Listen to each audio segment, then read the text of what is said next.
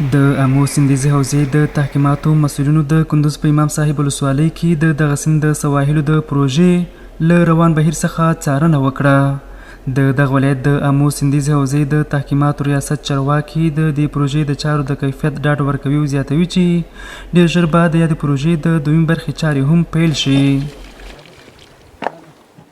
دا کومه پروژه چې اوس دا تاسو وینئ او روانه ده دا 100 میلیونه پیسې افغانۍ رئیس وزرا مقرر کړي وي د اضطراري پروژو باره کې.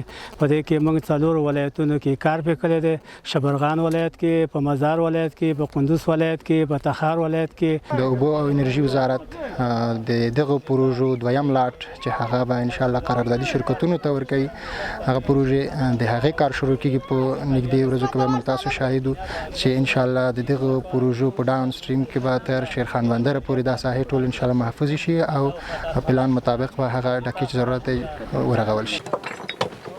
بل لور ته ځایي اوسیدونکي او په دې پروژې کې بوخت کارګر د امو سیند د سواحلو د تحکیماتو له کارونو خوښ دي او وایي چې د یادې پروژې په بشپړېدو سره به د زرګونو جریبه کارني ځمکو د تخریب مخه ونیول شي.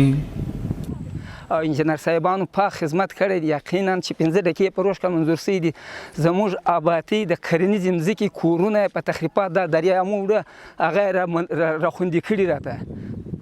د کندوز په امام صاحب ولسوالۍ کې د امو سیند د سواحلو د تحکیماتو چارې په داسې حال کې په چټکۍ دوام لري چې اوس مهال د اوبو انرژۍ وزارت له لوري تخار، بدخشان، مزار او جوزجان ولایتونو کې د ځینو نورو پروژو چارې روانې دي چې په بشپړېدو سره به یې ګڼې اسانتیاوې رامنځته شي.